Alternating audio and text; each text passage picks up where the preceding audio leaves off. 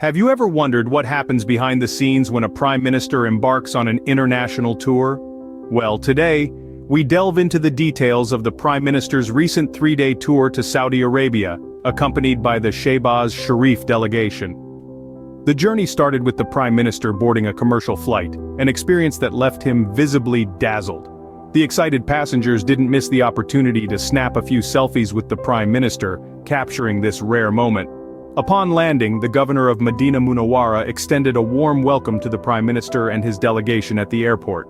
The delegation comprised notable personalities such as Maryam Nawaz, Ishaq Dar, Khwaja Asif, and Mohammad Aurangzeb. Alim Khan, Atta Tarar, and Ahad Jima were also present. During his visit, the prime minister had a meeting with Saudia Wali Ahad on his itinerary. He also performed Umrah and attended the Raza-e Rasul, demonstrating his commitment to his faith. However, amidst the diplomatic visit, internal disputes within the PTI intensified. Shehryar Afridi, the PTI leadership, faced threats and voiced his concerns about the presence of hypocrites and atheists within the party. He warned against forcing him to the brink and raised concerns about party workers feeling harassed by individuals who had intruded the party. Sher Afzal Marwad stood in support of Shehryar Afridi, applauding him for speaking up. Meanwhile, the Indian government acknowledged the killing of 20 Pakistanis on Pakistani soil, a policy attributed to the extremist Modi government. Indian Defence Minister Rajnath Singh conceded to this fact, as reported by the British newspaper, The Guardian.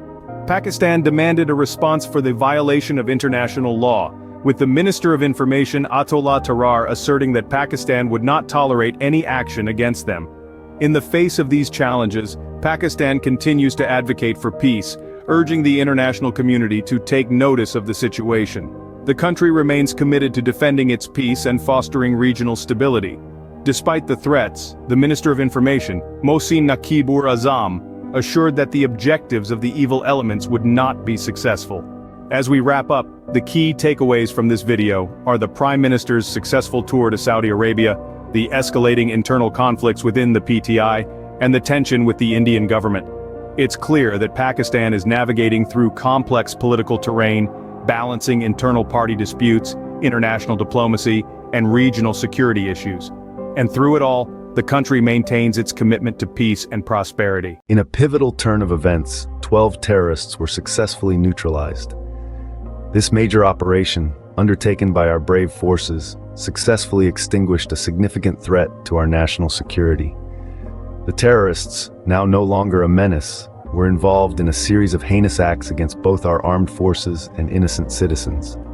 This operation was not only about neutralizing immediate threats, but also about preventing future atrocities. The recovery of weapons and explosives from these individuals paints a chilling picture of the potential carnage they could have unleashed. This cache of deadly tools, now in safe hands, is a stark reminder of the lengths these individuals were willing to go in pursuit of their nefarious agendas. The mission was not without its challenges. These terrorists were not mere foot soldiers. They were key operatives involved in the planning and execution of numerous attacks on our forces and the targeted killing of our citizens. Their neutralization, therefore, represents a significant setback for their organization and a major triumph for our forces. But let's not lose sight of the bigger picture. The successful operation is not just about the 12 terrorists who were neutralized or the weapons that were recovered. It's about the countless lives that have been saved, the potential attacks that have been thwarted, and the message it sends to those who dare to threaten our peace and security. This operation is a testament to the courage and determination of our forces, who risk their lives every day to keep us safe. It is a demonstration of their unwavering commitment to the protection of our citizens and the preservation of our nation's security. In the face of such relentless threats, our forces have once again proven that they are more than capable of defending our nation and neutralizing any threat that dares to destabilize our peace. Today, we can sleep a little easier, knowing that 12 less terrorists are out there. A significant blow to terrorism, this operation marks a victory for safety and security. It serves as a powerful reminder that no matter how dark the night, the dawn of peace and security is never too far away. In contrast to the grim news, we turn our attention to the special worship held on the 27th night of Ramadan. This night, known as Laylatul Qadr, is believed to be better than 1,000 months, a time when prayers are amplified and blessings are abundant. During this night, mosques were filled to the brim as the faithful gathered to recite the end of the Quran, their voices resonating in unison, a testament to their unwavering faith. The air was thick with devotion, the spiritual scene a sight to behold. Amidst the prayers and recitations, special supplications were made for the development and safety of the country and the nation. Millions of people, their hearts beating as one, prayed for peace and prosperity.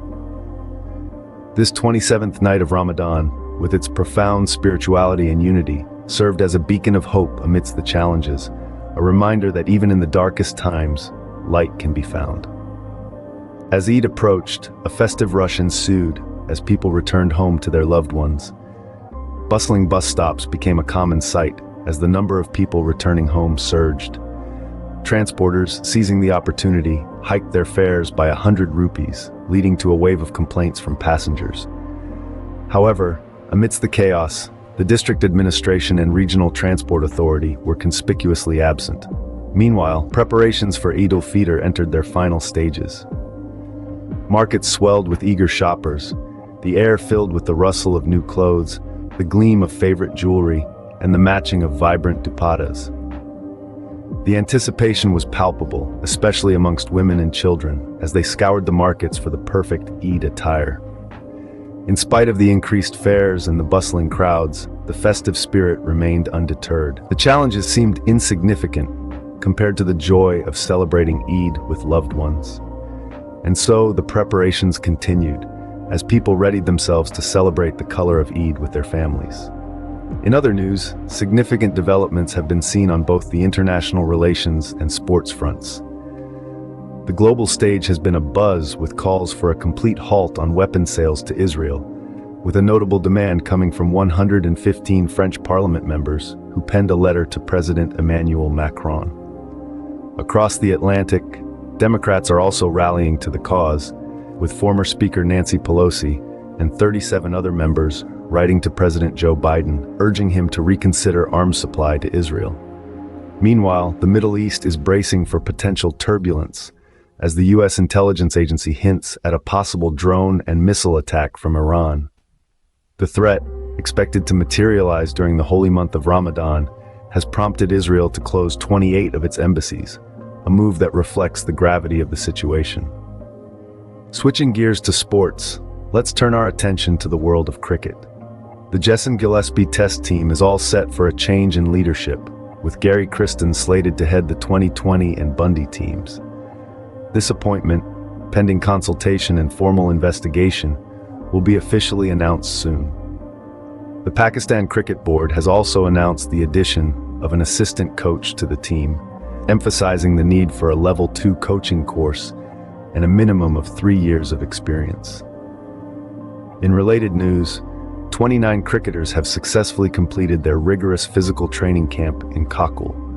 Over a span of 10 days, these athletes were put through some of the most challenging exercises, including running with their teammates on their shoulders. This intense regimen has put the spotlight on Azam Khan, who emerged as a standout performer. These developments, both tense and triumphant, continue to shape the world as we know it.